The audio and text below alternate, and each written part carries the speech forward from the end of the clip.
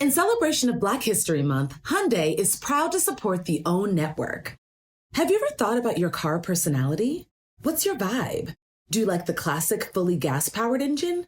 Are you a best of both worlds type, driving on battery power while keeping gas on reserve? Or are you more inclined to choose a convenient hybrid ride? Whichever your vibe, there's a Hyundai Tucson to match and a powertrain to get you there. Okay, Hyundai. Visit HyundaiUSA.com to learn more about the 2023 Hyundai Tucson. The 2023 Tucson plug-in hybrid is only sold in California, Colorado, Connecticut, Maine, Massachusetts, Maryland, New Jersey, New York, Oregon, Rhode Island, and Vermont. Through 25 seasons, 4,561 episodes, I believe The Oprah Winfrey Show was one of the greatest classrooms in the world. I really never thought of it that way. The aha moments, the breakthroughs, the LOLs, the connections, the occasional ugly cry. I miss him so terribly. I miss him every single minute. The moments that mattered. The eye-opening life lessons. Never allow them to take you somewhere else. I'm bringing them back. It's time to open the vault. I've personally chosen these classic episodes to share with you again. Every single person you ever will meet shares that common desire. They want to know, do you see me? Do you hear me? Does what I say mean anything to you? You are listening to The Oprah Winfrey Show, the podcast. So, unless y'all have been living under a rock, you know that this year's blockbuster movie is one letter. X. Today, controversial director Spike Lee, Malcolm X's widow, Dr. Betty Shabazz, and his daughter, Atala Shabazz, are here to remember Malcolm X. Please help me welcome the director who did a phenomenal job with this movie, director Spike Lee.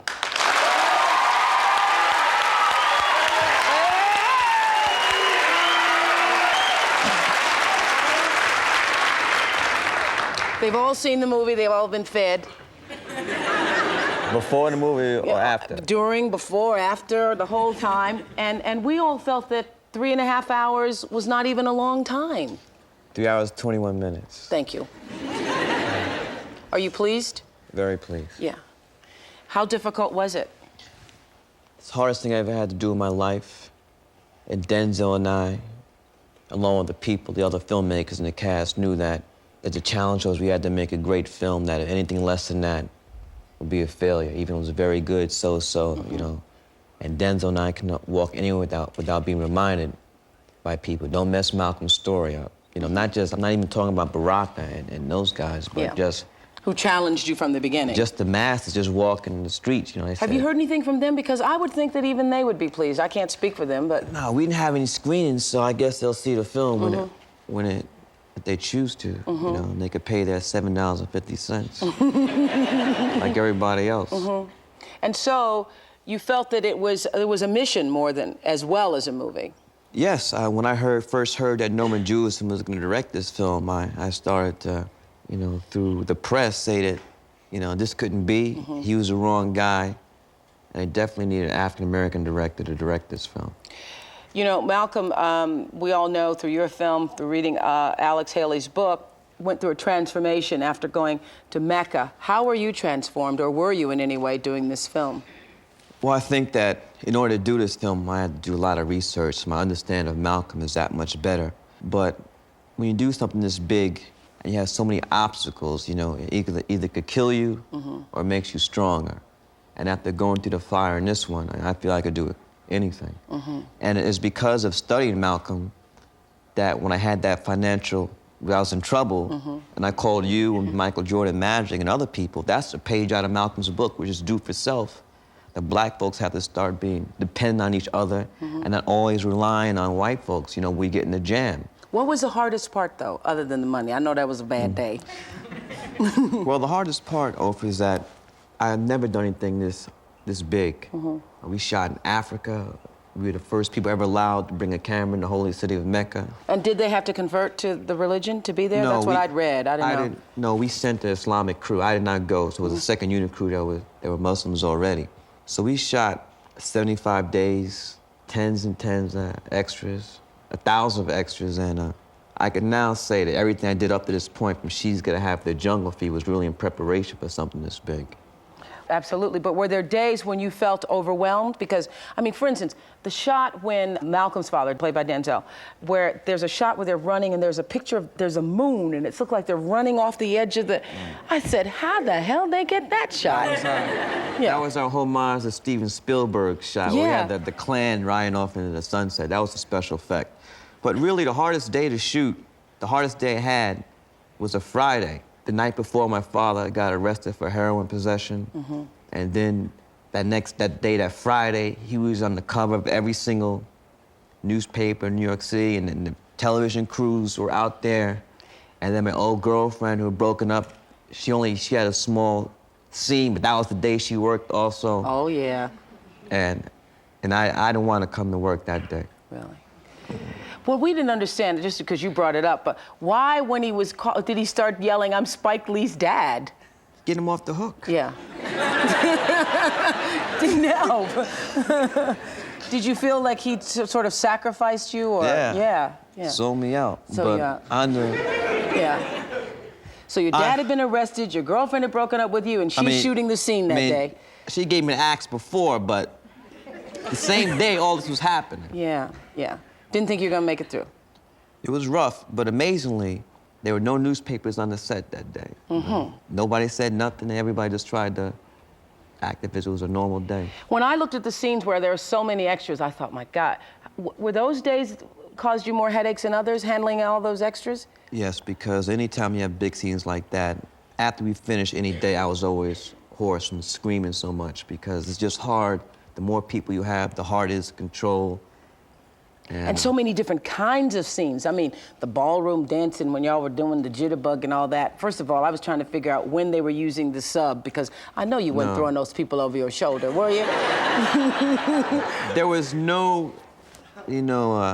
stunt dance on this. That was Denzel dance. I couldn't believe that. Denzel. That's amazing. Talking to Spike Lee about Malcolm X. I have never seen a film where every single person acting in the film was one. I mean, first of all, Denzel needs a standing ovation. Let's give him one. And everybody else in the film. When you do a big film like this, there's really two routes where you could go with the best people you can get, and that's going to be unknown faces, or you go with make it an all-star cast. But we felt that we're going with the best talent and the unknown faces, maybe make them more realistic, so you wouldn't be saying, oh, that's so-and-so, that's so-and-so. And we got lost in it. I mean, there were times, specifically, when you'd see film of Malcolm and you couldn't tell whether it was Denzel or not. Didn't you all feel that? It was unbelievable. That's why you meant that to happen, did you not? Well, I really think it's more than the physical resemblance. Denzel was, his inner strength that was inside. Yes, and one of the things I'd read that Denzel had said is that his prayer was that this would be about the evolution of a man, about the spirit of a man, and how a man can change no matter how dire the circumstances. Yeah, and he also said that he could not be Malcolm X, but hopefully the same God that passed through Malcolm could pass through him. And Denzel understood that in order that to happen, he had to be spiritually pure. So a year before we began the shoot, he started to fast, started to read the Quran daily, cut out alcohol. We both went on the wagon.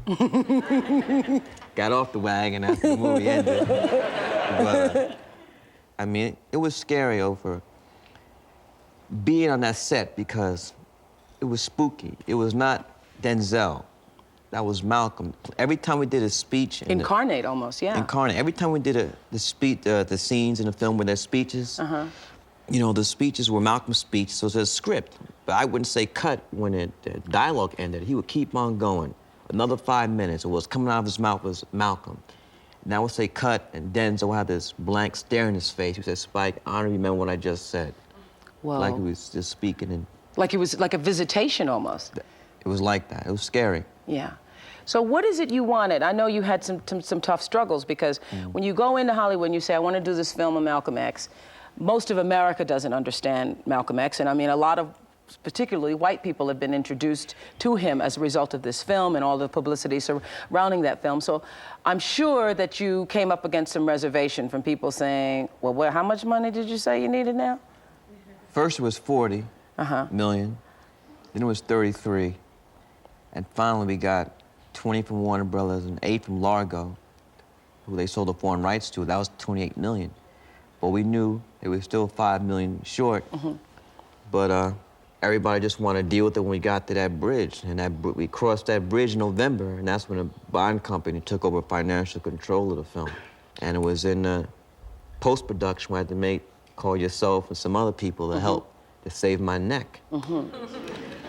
And so, how was it that you were able to convince them that this was an epic and about more than just getting people into the seats? Well, to be honest, I don't think Warner Bros. Was really convinced till they saw the first rough cut. Then they were in all the way. Because they understood it. And they saw us up what we were trying to do, what was on the screen. But from the very first meeting I had with Mark Semmel and Bob Daly, I told them this is an epic. I want to make this film on the scale of the old David Lean films, Lawrence of Arabia, Bridge and River Kwai, Dr. Zhivago. This cannot be some cheap, TV miniseries. This is a big film. I said it's going to cost over 30 million. It's going to be over 3 hours long. And they said, well, why don't you just work on the script first? And I just wanted to say to people, don't let the 3 hours and 21 minutes scare you, because it goes and, because I had come and we were going to stop and have supper in between and stuff, and we were you going to stop the movie in the middle? We were going to stop the movie because we heard it was going to be, we were going to be in there for a while, but then I didn't even go to the bathroom. I got up to go to the bathroom, and then I thought I might miss something, so I didn't even pee during the whole thing. You must have strong bladders. Okay, she fell in love with the most controversial black man in America and then witnessed his brutal murder. Welcome, Dr. Betty Shabazz. And my next guest, Atala Shabazz, was only 6 years old when she saw her father murdered because they were there that day at the Audubon. Atala says she remembers her dad differently than the people who only saw him speak publicly. To her, he was a kind and a gentle and a funny dad, so we want to talk to you about it. I don't know if you all notice this as white people, but as black people, we know that you don't very often see black people, couples on television being intimate and loving with each other. I don't know if it's a thing you would notice if you were white. And was it like that? All the time. All the time? Absolutely all the time, yes. I read this Essence article a while back where you were saying that it was almost an idealistic kind of life with him, for a while at least anyway, before it became so controversial. No, but our personal life was always like that. Really? Yes. You have to understand that Malcolm didn't have a family, the family life, and so that was extremely important, We have great times at dinner. He would explain things to me, and he kept me reading books, and I would always write summaries that he read on the plane. Was he like no other man you'd ever met? Did he knock you off your feet the first time? Yes. Really? Yes. Or since him. Or since him. Yes. And what was it about him? I don't know. He was just very serious. He was integral. He was disciplined. He was dedicated. I guess he had gone through all of the stages of his dysfunctioning prior to that, so that when he met me, it was all over. He was ready. Yes. Yes. And I think every woman should meet a man when he's ready. I agree with you.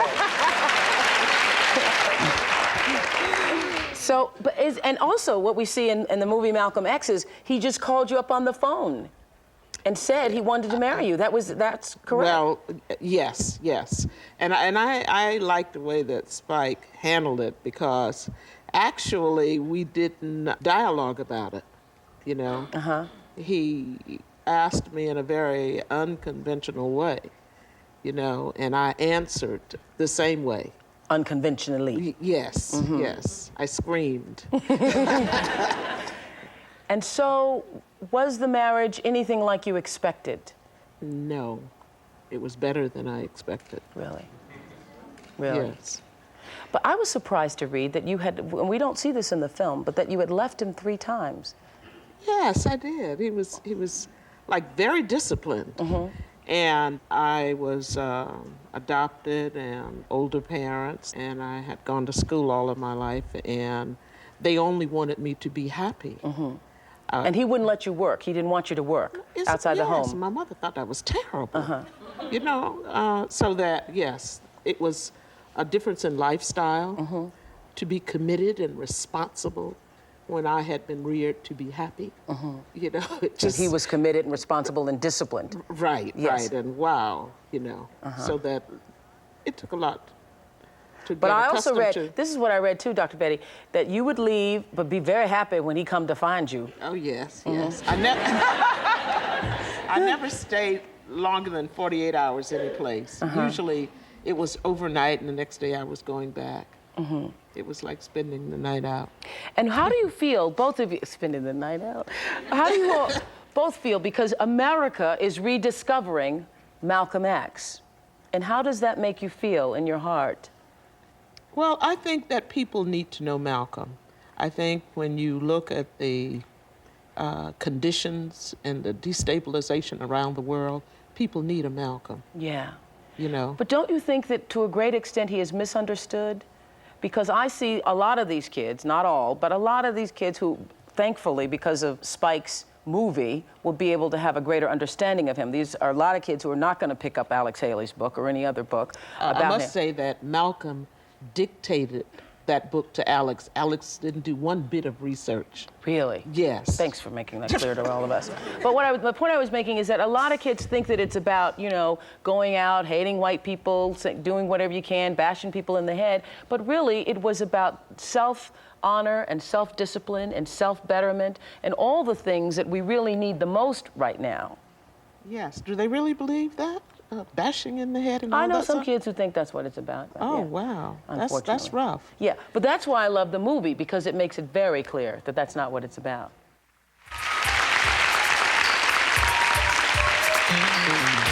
Atala Shabazz, the daughter of the late Malcolm X. You remember him how?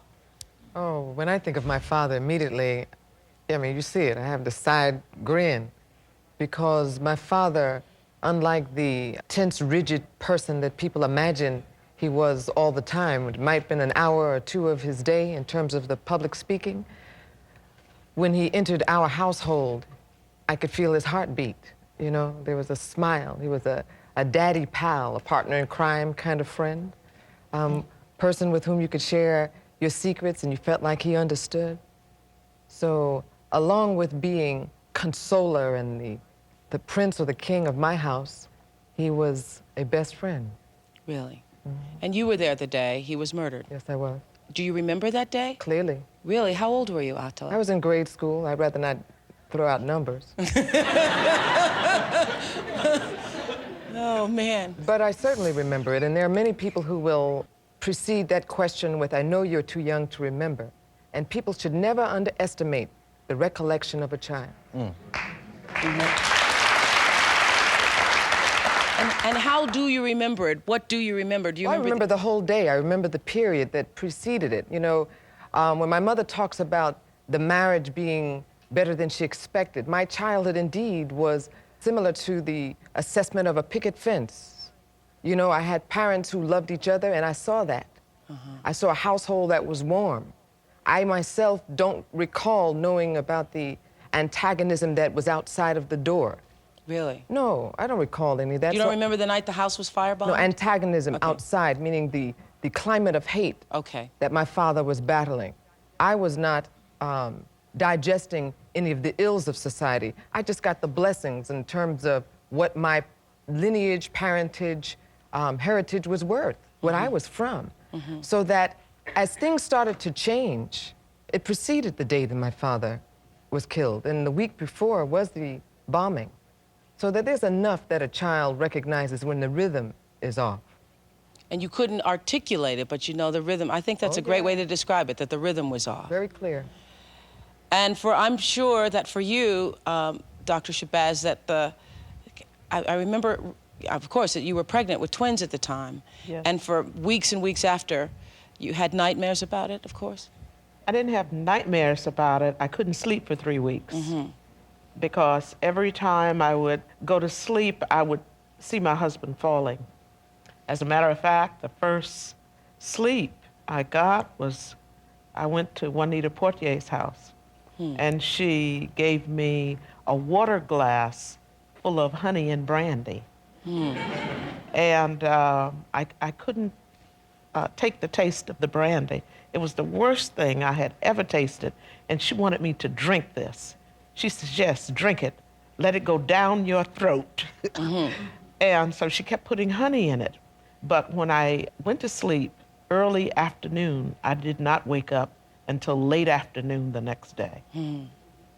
My first sleep in 3 weeks. Could you feel it coming? Could you feel, if not the assassination, but a sense of dread coming? You knew something awful was going to happen? Because that's what Spike does for us in the movie, and we get to hear Malcolm X before he goes out and does that speech at the Audubon, and you know, there's a sense that he knew something terrible was going to happen. Well, it was a year and a half, and there were carloads coming from different cities every week to assassinate him. We had people that would let us know where the cars were coming from. There was a committee that was, you know, trying to find out where he was, and phone calls to the house and threats and. Well, yes, phone calls to the house. But the fact is that we knew when a carload was coming from somewhere. As a matter of fact, in Philadelphia, they had to take out the riot cops. In Los Angeles, they drove him through the tunnel with sawed-off shotguns. And he came from California to Chicago on the Cup Show. And they were here waiting for him. Wow. So, you know, that's not any secret information. That's right. Public. So that the point is that it was a whole year and a half so that we knew that they were trying. Another point is how, because what Atala just explained to us, that she felt in this home, toward the end, felt the rhythm was off. How, if for a year and a half this is going on, were you, as a mother and as a wife and as a human being, able to keep the family going with a sense of everything's going to be all right, so that the children grow up feeling that life is going to be all right? How were you able to do that? Because you had to be scared. No, I wasn't. You were not? No. Excuse me. I was not frightened. I was not frightened primarily because my husband was there. And I perceived him to be a tower of strength, you know? So you weren't afraid of what they could do to you? Well, the point is that whatever they could do to us could be done to them. And your question was? Yes, Spike, you ended your movie by saying by any means necessary. Who was that directed to? What specifically was your message? Well, I think we're just reiterating what was one of Malcolm's most famous speeches, and we began it with Nelson Mandela in South Africa. Then we cut to him. By the way, Nelson refused to say by any means necessary because of the implications it might have had, so we had to cut back the Malcolm to do that. But I think it's been misunderstood. By any means necessary does not mean blacks supposed to go out and start shooting white folks automatically. That's why I was saying to Dr. Shabazz that I think a lot of people have interpreted it to mean that, and it doesn't. You can clear it up here. One of the things is that by any means necessary is a comprehensive term. When people are writing proposals, they usually use comprehensive terms. And it means that your focus could be social, could be academic, could be political, could be religious. It says any means necessary. I usually say that anyone who says that that is a violent statement is violent themselves. And that's the only thing that they can think of. You know, they're paranoid. This is to Ms. Betty Shabazz. Considering that Malcolm X was murdered by the Nation of Islam for what was shown by the movie, do you feel as if it's good for us as young black males to enter the Nation of Islam to control ourselves or to better our minds and shape our bodies to live in 1992? Wow, that's really a kind of a tough question, but the point is, I think there are a variety of organizations and agencies that you can join. One of the things that Malcolm always said, and he spent 5 months, the first part of 64, and 3 months, the last part of 64, investigating and getting support for the UN peace. He said it would be the black Muslim movement along with this government. A lot of people have problems with that, but that's what he said, because he talked to some of the people that were following him, and one man said to him, he played a game with him, and he would come down every morning for breakfast. And this morning, Malcolm was late 40 minutes. He was never late. And when he came down, the guy looked up and with a big grin on his face, and Malcolm said, "I fooled you, didn't I?" You know, so that he was followed. I think it's key, if I may add, that regardless of the organization, congregation, group, gang, whatever it is, that what is most important is not to implement somebody else's agenda, but to figure out your self-worth so that you can follow through with your own goals. Well, there are a lot of people who want to know what the X means. I thought everybody knew. It is explained in the movie what the X is really all about, but since a lot of people haven't seen it yet, you want to explain? Well, I think I'll do my best. X represents the unknown, and all of us being descendants of slaves, we were stripped of our history, of our language, of our names.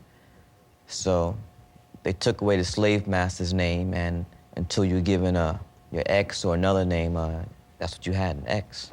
Okay, does that explain it to y'all? Right. Thank you.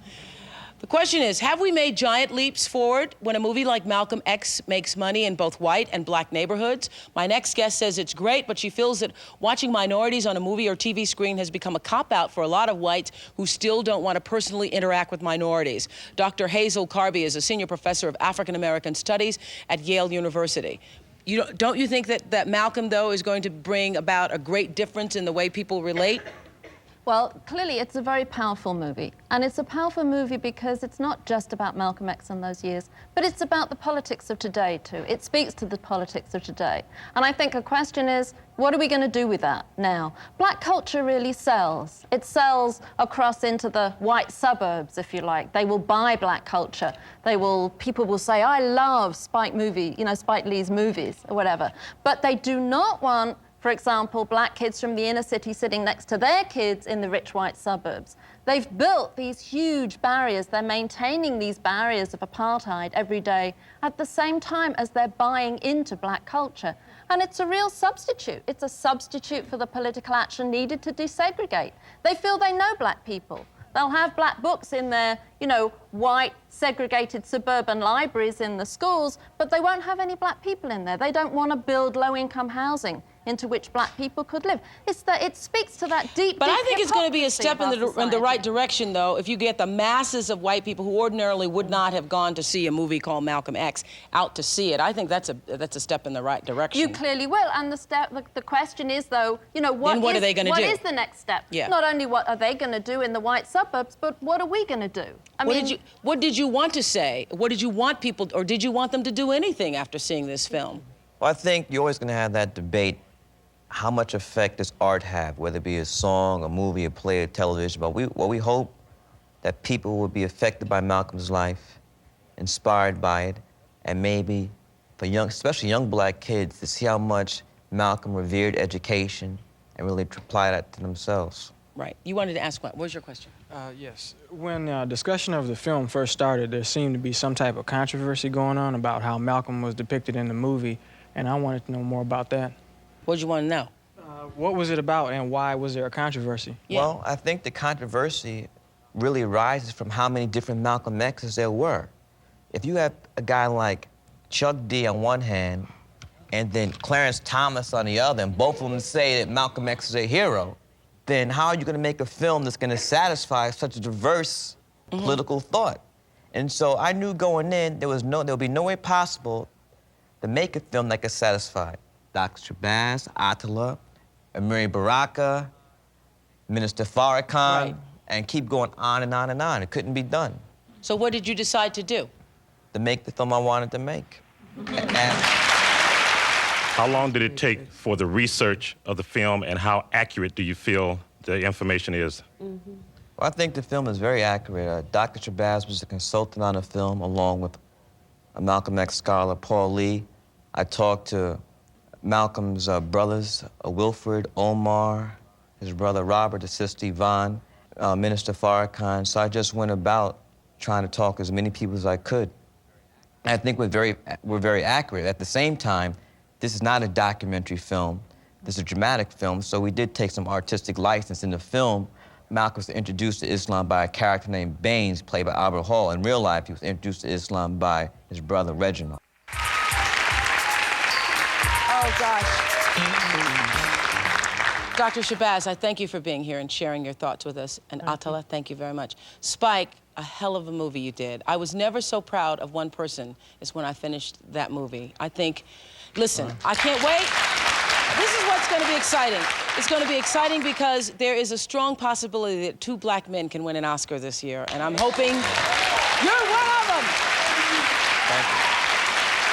I want to take a moment to tell you that there's an excellent way to learn more about the entire civil rights movement is to rent the PBS home video Eyes on the Prize. It's a fascinating, authentic look at a time not so long ago that we cannot afford to forget. I want to thank all my guests for being here. Go see the movie. I'm Oprah Winfrey, and you've been listening to The Oprah Winfrey Show, the podcast. If you haven't yet, go to Apple Podcasts and subscribe, rate, and review this podcast. Join me next week for another Oprah Show, the podcast. And I thank you for listening.